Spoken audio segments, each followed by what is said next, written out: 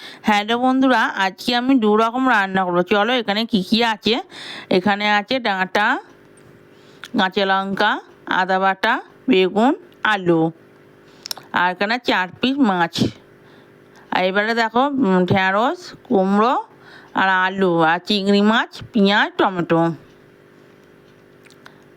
আশা করি ভিডিওটা একটু শেষ পর্যন্ত দেখবেন। তারপরে এবারে দেখো বন্ধুরা, মাছে নুন হলুদটা মাখিয়ে নেব।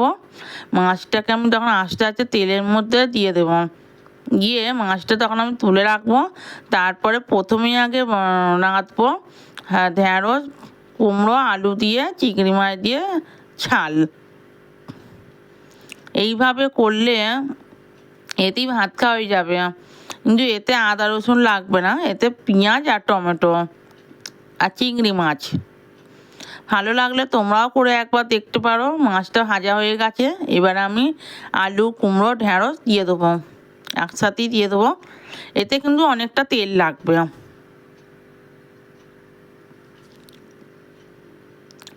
এবারে কুমড়োটাও দিয়ে দিলাম, এবার ঢ্যাঁড়সটাও দিয়ে দেবো, দিয়ে এবারে একটু ভালো করে হালকাভাবে লাল লাল করে নেব। তারপরে আমি পেঁয়াজ আর টমেটো দিয়ে দেবো। এবারে পেঁয়াজ টমেটো দিয়ে দেবো। এতে তো আদা রসুন দিচ্ছি না, ভালো করে একটু নাড়তেই থাকবো আমি। দিয়ে তারপরে এবার নুন দেব,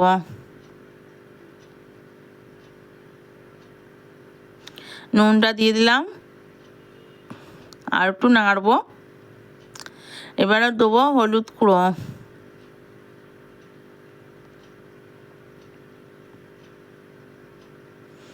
দেখো বন্ধুরা অনেকক্ষণ ধরে আমি নেড়েছি।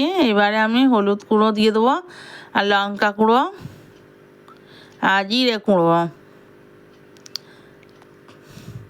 এবারে নেড়ে একটু অল্প করে জল দেবো, যাতে আলুগুলো সেদ্ধ হবে।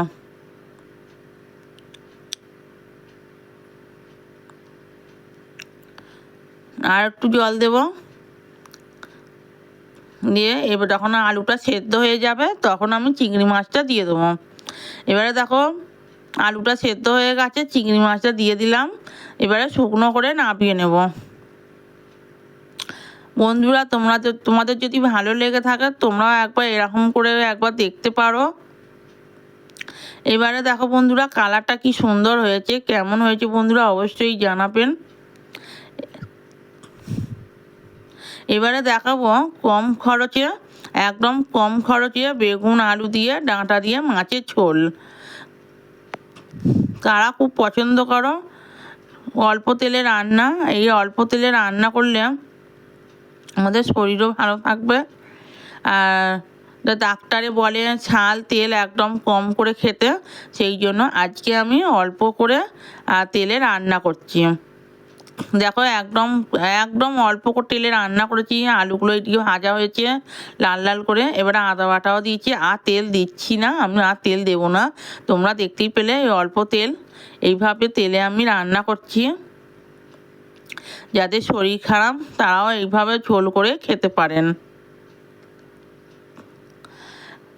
একদম অল্প তেলে রান্না করছি, হলুদ গুঁড়ো, জিরে গুঁড়ো, নুন দিয়েছি, আর কিছু নেই, আর কিছু লাগবে না। জিরে গুঁড়ো, হলুদ গুঁড়ো আর নুন দিয়ে এবারে জল দেবো।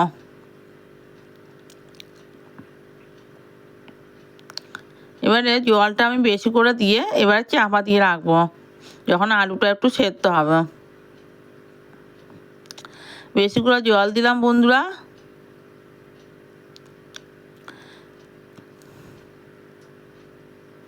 এবারে চাপাটা খুলে দেখছি আলুটা একটু সেদ্ধ হয়ে গেছে,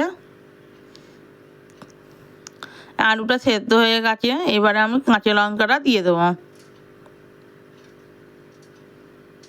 এবার মাছ ভাজাগুলো দিয়ে দেবো।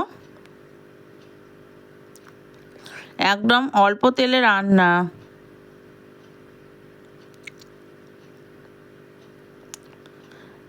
এবারে আমি সাঁতরাবো 5 ফোড়ন দিয়ে।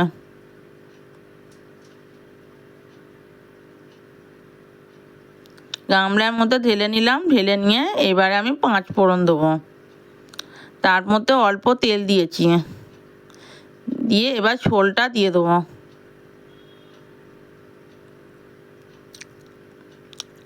এবারে দেখো বন্ধুরা ঝোলটা কেমন হয়েছে তোমরা অবশ্যই জানাবেন। সকলকে টাটা, বাই বাই।